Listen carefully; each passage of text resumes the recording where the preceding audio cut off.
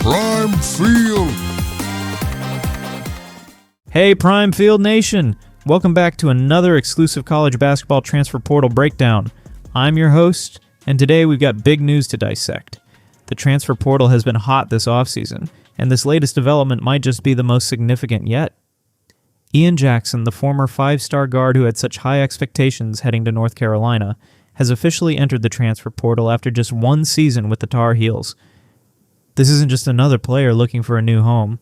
We're talking about a player who was ranked as one of the top recruits in his class. Jackson averaged 11.9 points and 2.7 rebounds per game during his freshman year, showcasing his scoring ability and potential. Jackson's time at UNC was marked by flashes of brilliance, including several games where he scored 20 points or more, but his role diminished as the season progressed. He didn't play more than 20 minutes in any of the Tar Heels' final 6 games, which raised questions about his fit within the program.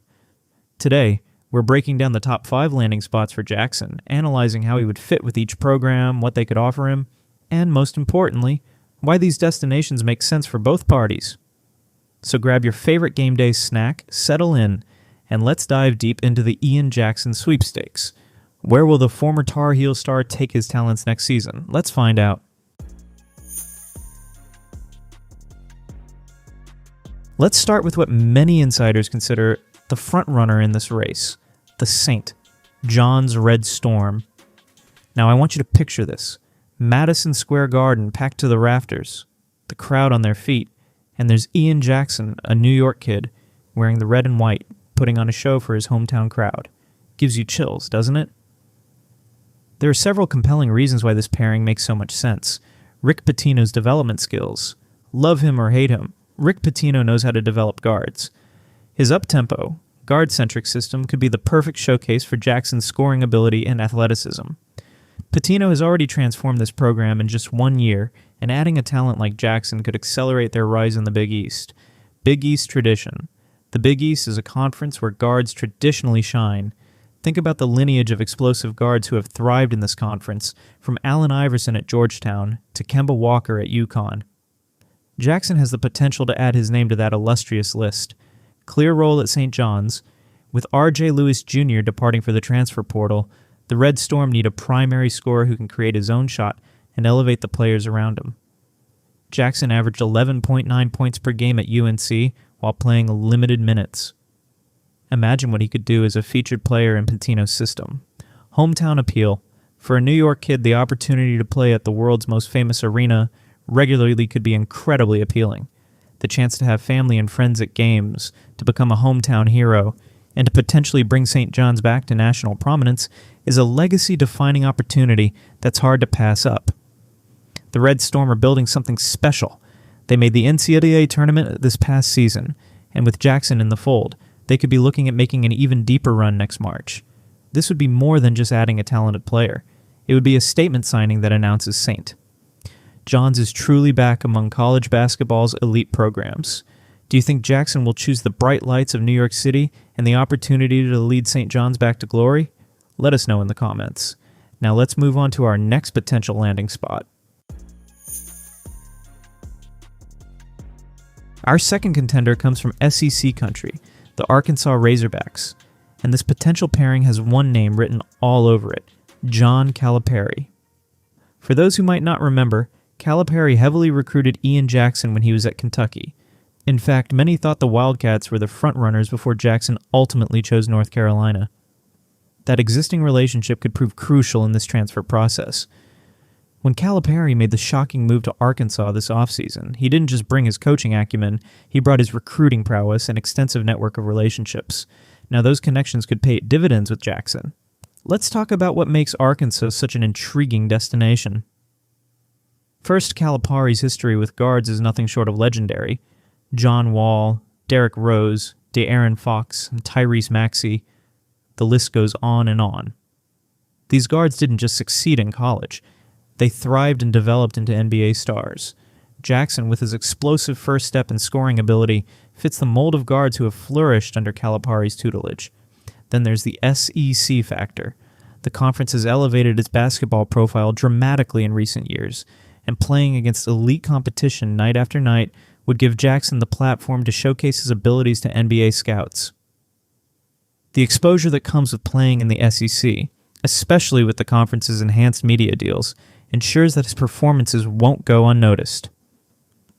Bud Walton Arena, affectionately known as the Basketball Palace of Mid-America, provides one of college basketball's most electric atmospheres. The Razorback faithful are passionate, loud, and show up in droves. Can you imagine Jackson throwing down a thunderous dunk with 20,000 fans going absolutely berserk? That's the kind of environment that can elevate a player's game to new heights. From a basketball fit perspective, Calipari is essentially starting from scratch at Arkansas. This means Jackson wouldn't just be joining a team, he'd be helping establish the foundation of a new era. He could be the cornerstone piece that Calipari builds around, the player who leads Arkansas back to national relevance. The question is, will the allure of playing for a coach who sent countless guards to the NBA in a conference that's become a basketball powerhouse be enough to sway Jackson to Fayetteville? Only time will tell, but Arkansas certainly presents a compelling case. Our third contender brings us to Storrs, Connecticut, where the UConn Huskies have established themselves as college basketball's newest dynasty. Could Ian Jackson be the next star to don the navy and white? Let's be real. There's something special happening at UConn right now. Dan Hurley has built a program that's won back-to-back national championships, a feat that hadn't been accomplished since Florida did it in 2006 and 2007. When a program reaches this level of sustained excellence, elite players naturally want to be part of it. UConn's recent championships in 2023 and 2024 have solidified their status as a powerhouse in college basketball. For Jackson, UConn offers something the other programs on our list can't: the immediate opportunity to compete for a national championship. While the Huskies lost several key pieces from their championship team, including standout players like Jordan Hawkins and Tristan Newton, the culture of winning remains intact. Jackson wouldn't just be joining a team, he'd be joining a program that has championship DNA running through its veins. The geographical aspect can't be overlooked either. UConn's campus is just about a 3-hour drive from Jackson's New York home. Close enough for family and friends to attend games regularly, but far enough to give him the experience of being away at college. It's that perfect middle ground that could appeal to both Jackson and his support system. Hurley's player development track record speaks for itself. Look at what he did with James Bouknight, Jordan Hawkins, and most recently Tristan Newton. Guards consistently elevate their game under Hurley's guidance, improving both his scorers and defenders. Jackson, with his already impressive skill set, could reach new heights in this system. UConn's style of play would also suit Jackson's strengths. The Huskies run a disciplined yet dynamic offense that emphasizes guard play. They like to push the pace when appropriate, but can also execute in the half court. This balanced approach would allow Jackson to showcase his full repertoire, from explosive transition plays to creating in pick-and-roll situations. Then there's the Big East factor. Similar to St. John's, playing in the Big East would give Jackson the chance to compete against high-level competition while potentially staying closer to home. The conference's partnership with Fox Sports ensures plenty of national TV exposure, keeping him firmly in the national spotlight. With UConn needing to reload after losing key players to the NBA and graduation, Jackson could step in immediately as a featured performer. Would the opportunity to potentially three-peat as national champions be enough to lure Jackson to Storrs? That's a proposition that would be difficult for any competitive player to turn down. Our fourth contender takes us to Ann Arbor, where the Michigan Wolverines are rebuilding under the new leadership. Could Ian Jackson be the piece that accelerates their return to prominence? This potential landing spot has a fascinating X factor that none of our other contenders can offer: Elliot Cadeau. The former 5-star point guard was Jackson's teammate at North Carolina before he entered the transfer portal himself and committed to Michigan. That existing chemistry and relationship could prove pivotal in Jackson's decision-making process. Imagine the potential of a backcourt featuring both Cadeau and Jackson. They've already played together, understand each other's games, and could hit the ground running rather than spending months developing chemistry. In the transfer portal era of college basketball, that kind of built-in familiarity is invaluable. Michigan basketball is in a transition period, but make no mistake, this is still a blue blood program with tremendous resources and a passionate fan base. The Chrysler Center provides an electric atmosphere, and the Michigan brand carries significant weight in college basketball circles. For a player looking to elevate his profile, the Wolverines offer a prestigious platform. The Big Ten is expanding and will be as competitive as ever next season. playing against programs like UCLA, USC, Oregon, Indiana, and Illinois would give Jackson constant opportunities to showcase his abilities against high-level competition. The conference's media deals ensure that virtually every game is televised nationally, providing the kind of exposure NBA scouts covet. From a basketball standpoint, Jackson would likely have a featured role from day one at Michigan. The program is looking for players who can create offense both for themselves and others, precisely the skill set Jackson brings to the table. His defensive versatility would also be a significant asset in a conference known for its physical style of play. There's also something to be said for the Michigan education and the Ann Arbor experience. Beyond basketball, the university offers world-class academics and a vibrant college town atmosphere. For a player considering factors beyond just basketball, Michigan presents a compelling overall package. The Cadeau connection cannot be overstated.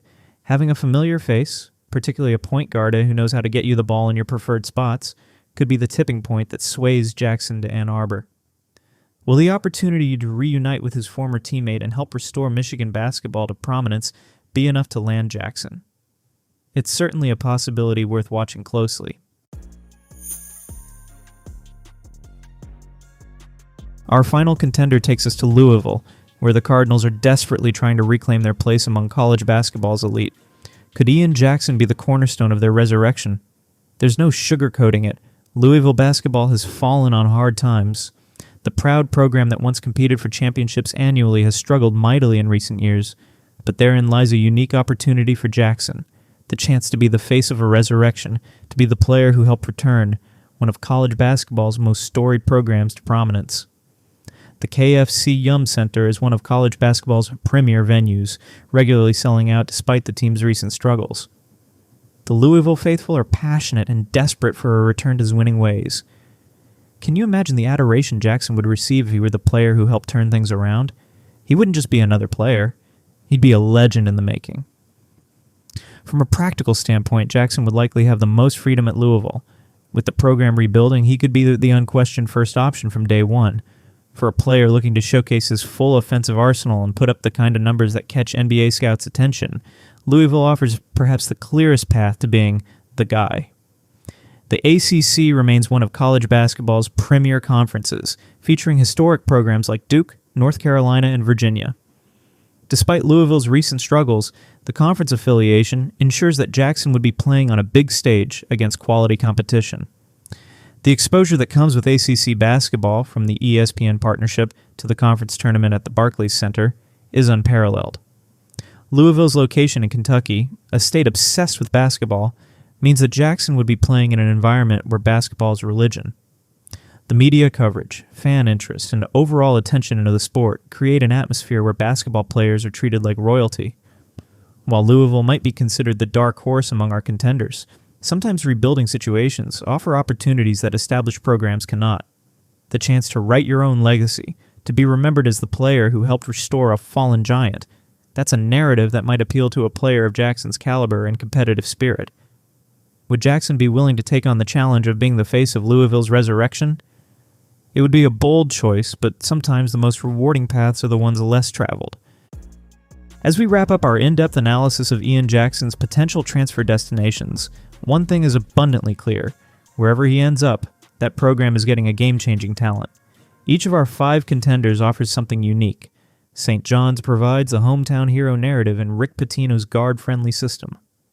Arkansas features the Calipari connection and SEC spotlight.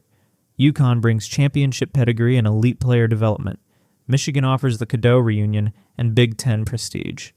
Louisville presents the opportunity to be the face of a historic program's resurrection.